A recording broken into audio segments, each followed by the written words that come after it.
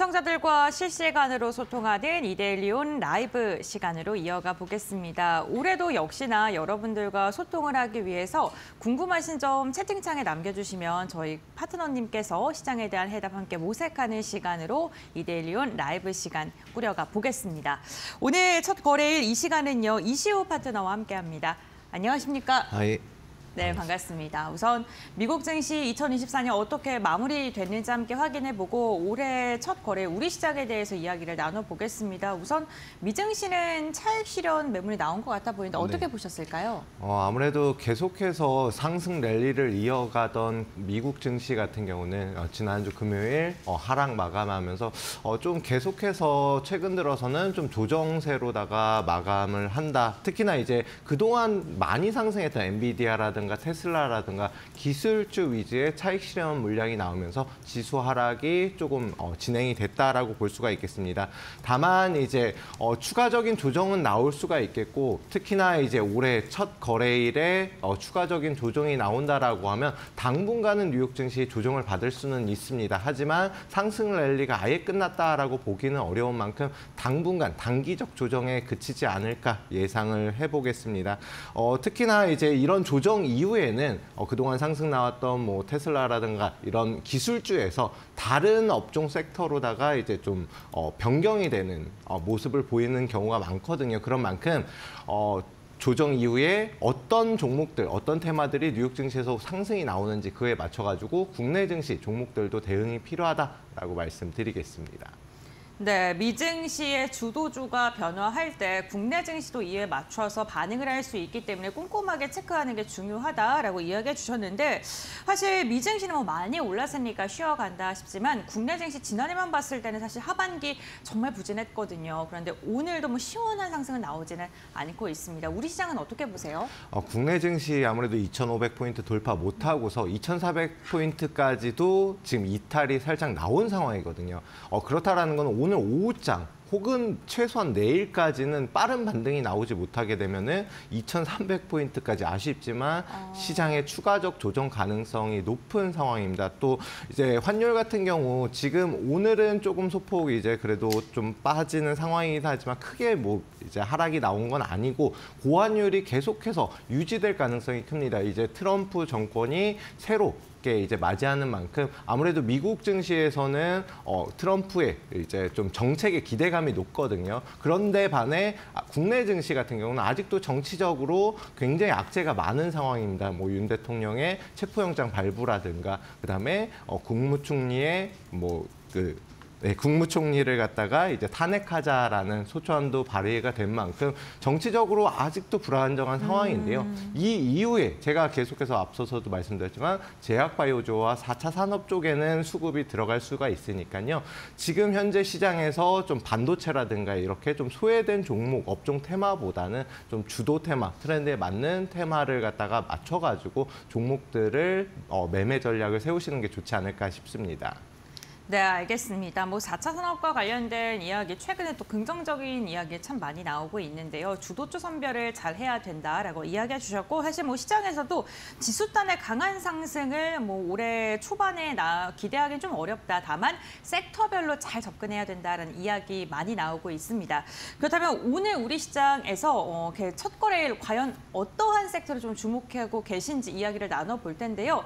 사실 오늘은 뭐 로봇이 시장을 뭐 다 이끌고 있다라고 해도 과언이 아닌데 로봇 여러 가지 이슈가 있습니다. 뭐 하나씩 좀 짚어볼까요? 네, 일단 로봇 관련된 이슈는 특히나 이제 AI의 절대 강자라고 불리우는 엔비디아에서도 로봇에 참전하겠다, 로봇 경쟁에 참전하겠다라고 이제 발표하면서 특히나 로봇주 쪽에 수급이 좀 강하게 들어가고 있습니다. 엔비디아에서 물론 이제 직접적으로 로봇을 생산하는 건 아니겠지만 이제 반도체라든가 그다음에 AI와 로봇의 결합 등을 갖다가 본인들이 좀 만들 예정이다, 솔루션을 제공할 예정이다라고 발표하면서 로봇 시장은 앞으로도 추가적인 폭발적인 성장을 예상하고 있는 상황입니다.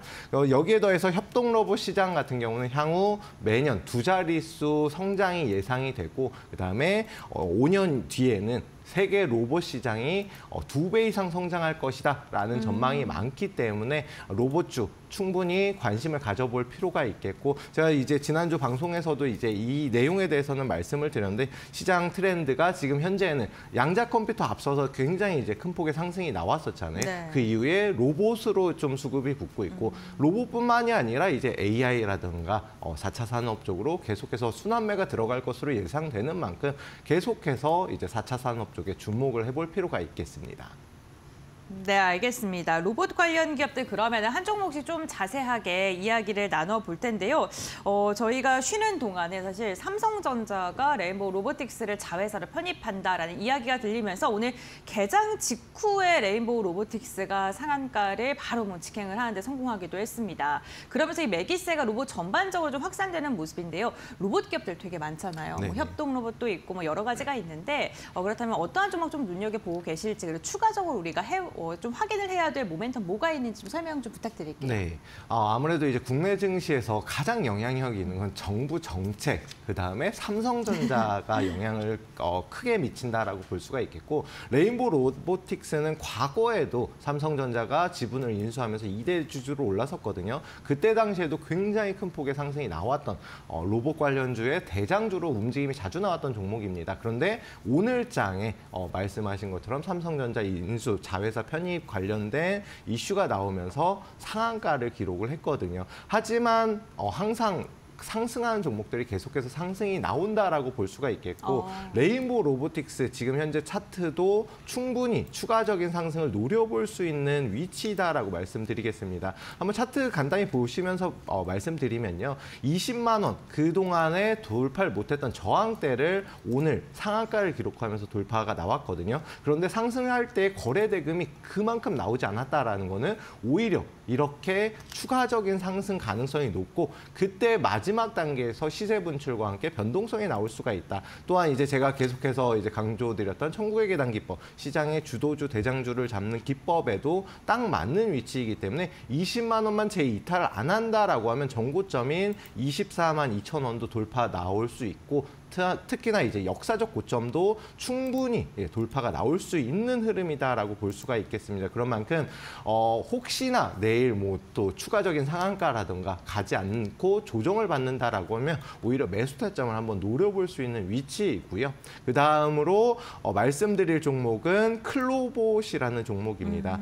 클로봇 같은 경우는 이제 저희가 이제 오전 이제 단기 교육 때도 한번 여러 번 공략을 했던 종목인데, 지금 현재의 흐름 충분히 나쁘지 않고, 다만 이제 저항대는 돌파 나왔지만 내일 혹시나 차익 실현 물량이 나온다라고 하면 10,000원 부근까지는 좀 조정을 받을 수가 있다. 다만 10,000원만 이탈 안 하면은 역시나 마찬가지로 추가적 상승 가능성이 높습니다. 어떤 업종 테마든지 대장주가, 특히나 레인보우 로보틱스가 현재의 대장주라고 하면은 따라서 흐르는 움직임 보일 수가 있겠고, 추가 상승 나오면은 12,000원까지는 충분히 단기적 관점으로도 상승이 나올 수가 있으니까요.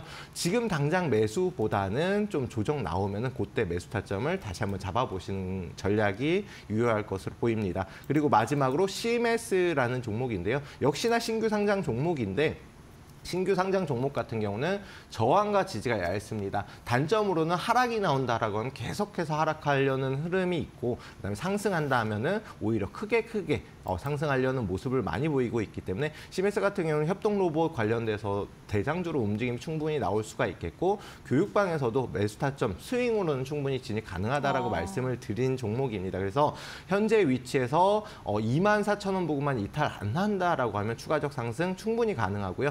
상장 공모가가 3만 원입니다. 그렇다라는 건 지금 현재도 좀 상장 이후로 계속해서 하락 나왔다가 다시 반등하는 추세이기 때문에 추세가 충분히 상승으로다가 진행될 것으로 보이고, 3만 원까지는 단기적 관점으로 목표가 잡아볼 수 있겠습니다.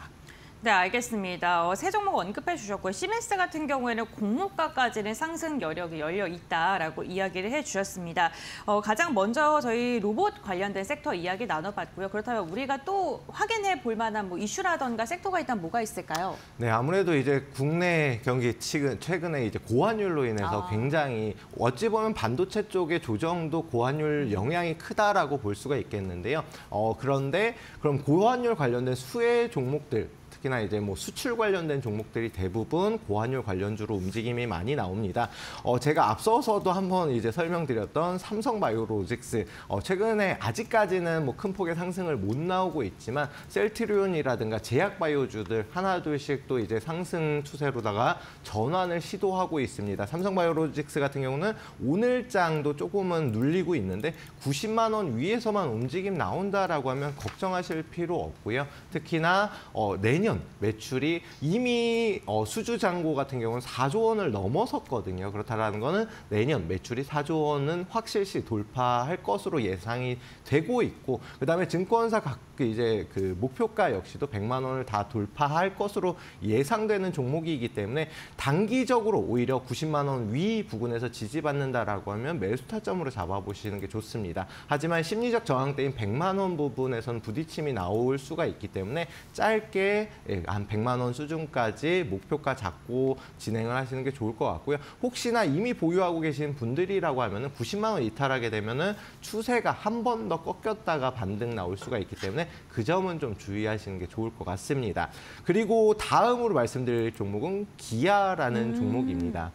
그러면은 왜 현대차가 아니라 기아를 갖다가 뽑았냐라고 하면은 기아 같은 경우는 현대차의 상승 탄력에도 불구하고 그때 당시에 이제 상승을 못하고 오히려 눌리는 모습을 보였었거든요. 그렇다라는 거는 현재의 위치 충분히 매력적인 가격대다라고 볼 수가 있겠습니다. 10만 원 단기적 저항대이기 때문에 아직은 돌파를 못했지만 만약에 내일 혹은 다음 주 중에 이번 달 중에만 10만 원 부근만 돌파, 그러니까 정확히는 10만 5천 원을 돌파하게 되면은 최소한 못해도 한 12만 원 부근까지는 단기적 상승 가능합니다. 왜냐면은 10만 5천 원이 단기적 추세를 돌릴 수 있는 전환점이 될 수가 있기 때문에 요 점만 참고하셔가지고 9만 원 위에서만 매수 타점을 잡아보시면 좀 짧게라도 수익을 충분히 챙길 수가 있지 않을까 싶습니다.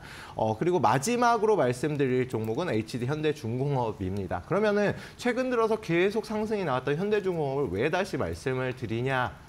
뭐 여러 가지가 있겠지만 뭐 미국 선박법은 물론이고 인도에서도 상선을 갖다 늘리기 위한 작업을 하고 있고 국내와 협업을 노리고 있는 상황입니다. 그런 만큼 아무래도 이제 조선업 쪽에 대장주를 갖다 노려볼 필요가 있겠고 현대중공업 한번 다시 지금은 조정 구간인데 오히려 매수 타점으로 충분히 잡아볼 수 있는 위치가 아닐까 싶습니다. 마지막 변동성만 좀 주의하셔서 변동성이 나올 때 고점에서 매도하는 전략으로다 삼으시면 충분히 단기적으로 수익을 챙길 수 있는 종목입니다.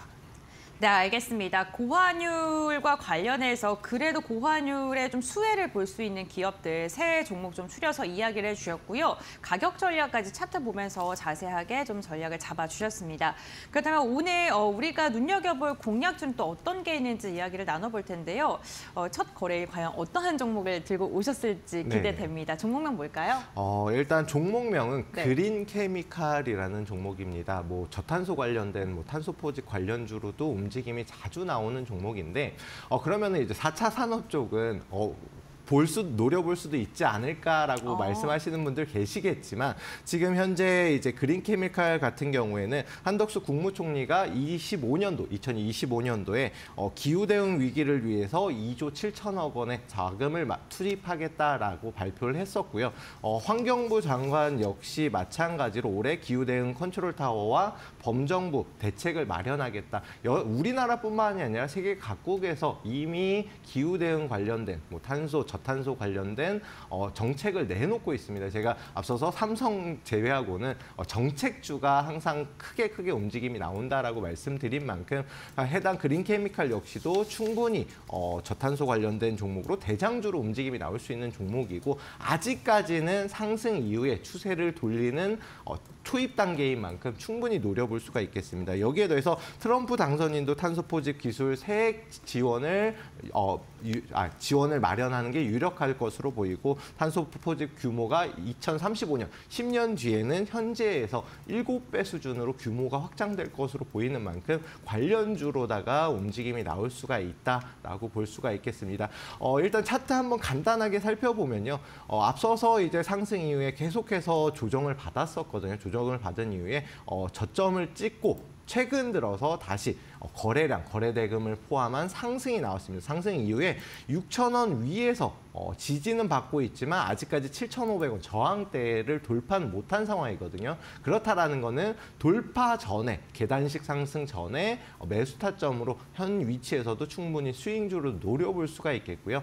7,500원 돌파하게 되면 그냥 단기적으로라도 8,300원까지는 충분히 상승 가능하고 그 이상도 상승이 나올 수 있는 현재 굉장히 매력적인 위치에 있는 종목입니다. 그런 만큼 매수 전략 한번 세워보시면 충분히 해당 종목으로 단기적 수익을 얻으실 수 있지 않을까 예상을 해보겠습니다. 네, 알겠습니다. 오늘의 공략주는 그린케미칼이었고요. 탄소 포집과 관련돼서 수혜가 기대된다라고 이야기해 주셨습니다. 가격 전략 제시해 주셨으니까요. 밴드 참고하셔서 대응해 보시면 좋을 것 같습니다. 오늘 말씀은 여기까지 듣도록 하겠습니다. 고맙습니다. 네, 감사합니다.